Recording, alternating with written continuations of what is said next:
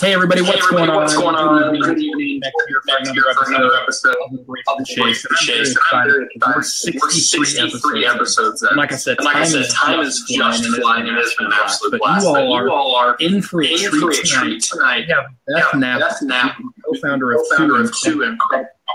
First one being the Mama Bird Box. And it's going to be super exciting to talk about her story, kind of what got her into all this, and what those companies are, and how you guys got through. But I'm excited to have you on.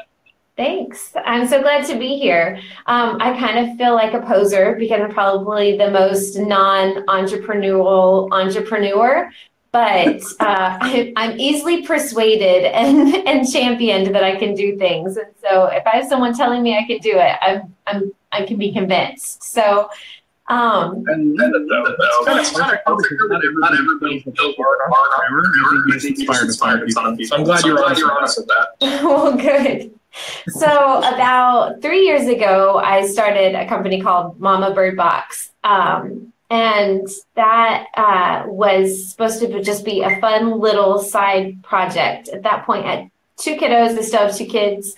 And I was getting antsy, just kind of itching to do something more than just staying at home with them. And I had worked for a bit when I had my daughter, took a break from working for a couple of years, and then I was just antsy. I wanted to do something else. And my husband suggested a subscription box because they're just everywhere and you can pretty much niche yourself out and come up with something creative. And the only thing I really felt comfortable or knowledgeable in at that point in time was motherhood. So I did a little reconnaissance, figured out what was an area of the market that didn't really have a huge place, and it was pregnancy. So Mama Bird Box started off as just a pregnancy box for expectant moms, where we, curated boxes for each month of pregnancy and then a little bit beyond, and has grown to just kind of encompass all of pregnancy and that first year of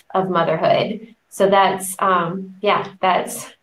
was a fun thing. And if that weren't enough, in the fall, my husband and I took over Vessel Co-working in Austin, Texas, which is a smaller co-working space that my husband had been working out of for the past 3 years as well. Had moved from a larger downtown co-working space to something closer to our house. And it was started by a nonprofit that they had kind of started it, launched it, grown it to the point where they knew it could stand on its own legs. And so we bought it from them, and we were like, why not take on another business?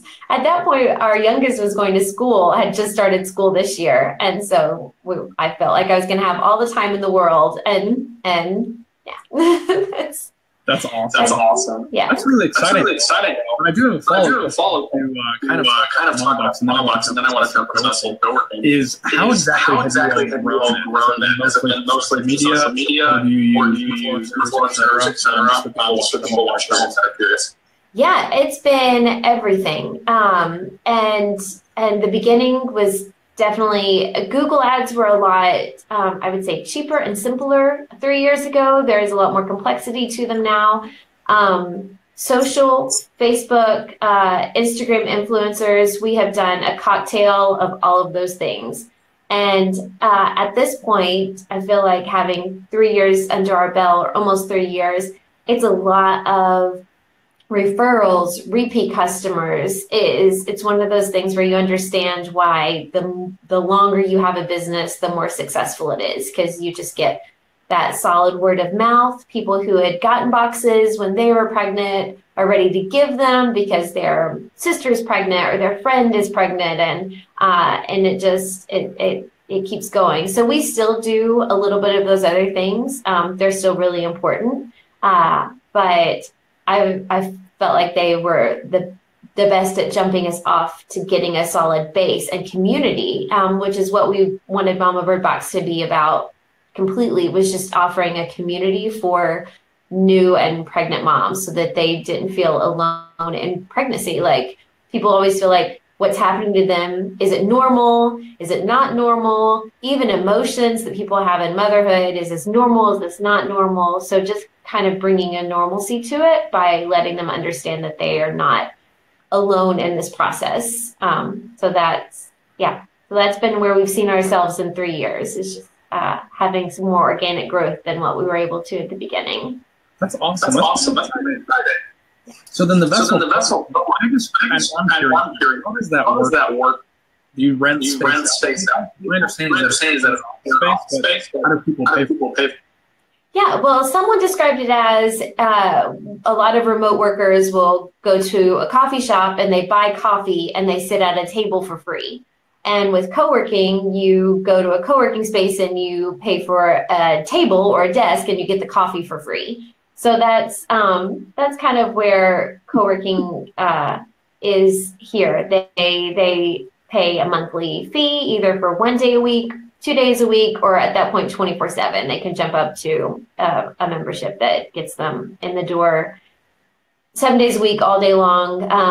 And some people just come and bring their stuff. Some people like to set up shop with their monitors and pictures of their family. And so there are different tiers. And a lot of the people we have are just remote workers. They work for another company, and this is a place to get out of the house. Either they don't have a home office or they aren't productive in their home office and would rather be around other people. And that's what we give them. So we really focus on the community aspect of co-working, not just an office for you to have, but for you to be known and know other people. Because if you're working remotely or freelancing, it gets really isolating. So it's nice. It's nice to have lunch with someone.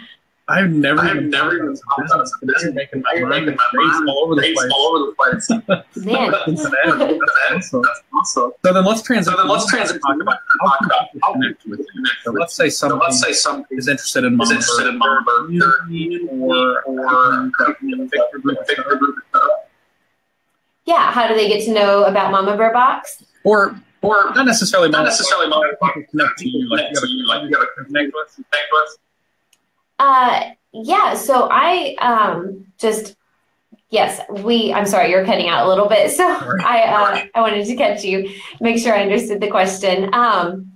Yeah, we want to make it really personable. So I handle all customer service. That's the last piece I don't really want to let go. So if people write in, we have a live chat. I want to know the questions they have. I want to know the concerns that they have. We get feedback. So unfortunately, it's all remote, or it's virtual. It's not like we have a storefront that people can come in and we get to, stand around and chat. But I want people to feel like this is as personal of a company as it really is. I mean, I really like knowing our subscribers. I like, it's helpful to always know their allergies or what's something they expect to find in their box. What's the symptom that they're dealing with the most, and really be the face for the company, because it's important to me, because I want to know these people. Like I feel a connection to them just because they're a part of this thing that I'm creating boxes for them. So as much as they can feel like they know me, then I want that. I love that. Well, I do want to respect. I want to ask you the last question. Everybody that's on the phone. Is there anything on your mind that you want people to know? Yeah, I thought about this one because I just in what is maybe a cohesive idea between my two companies, because they're completely different. I mean, that's running a co-working space and having a subscription box aren't necessarily common businesses to have at the same time. But the goal for each of them is community, and it's allowing people to help you. Like I feel this in my personal life and professional life. And I can remember the first time I felt the most helpless. I'd been in a car accident that fractured my pelvis. This was years ago. It was right after college. And my college roommate was trying to help me, like, get off the couch or something like that. And I just kept being like, no, I got it. I can do it. And I obviously could not do it. And she lost it on me. She was like, let me help you. And she said, let me be a blessing. Like, let me be a person who can help you. Knowing how much I love helping other people, I'm denying them a joy and a privilege to help me, because they're equally going to feel as blessed and as joyful to be able to do that. And so I feel like for mothers to have that as someone who started a business, and my neighbors are like, tell us when you're boxing, we'll come help you, and to take them up on those offers. For co-working, for people to not just sit at home alone, lonely, but to let people help them foster community, help them make connections, whether it's networking for their job or just really feeling like they have had a vocal conversation with someone in the day. So I think that there's such a benefit in personal life and professional life to actually let people help you. When they're offering, let them do it.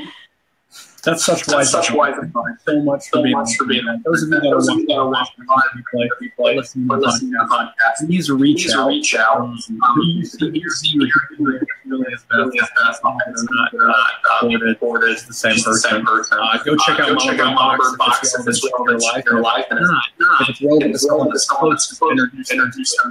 Maybe get them a quick subscription to kind of make their day a little brighter. If you guys live within the Austin area, if you live within Austin, go check. I know several of you live within Austin. Go check out the Austin. I'm going to hook you up with a friend of mine who's out there. Actually looking for us. But thank you so much for being on us before we wrap up. No, that's it. Thanks so much for having me. Of course. Thanks, Beth. Thanks. Bye.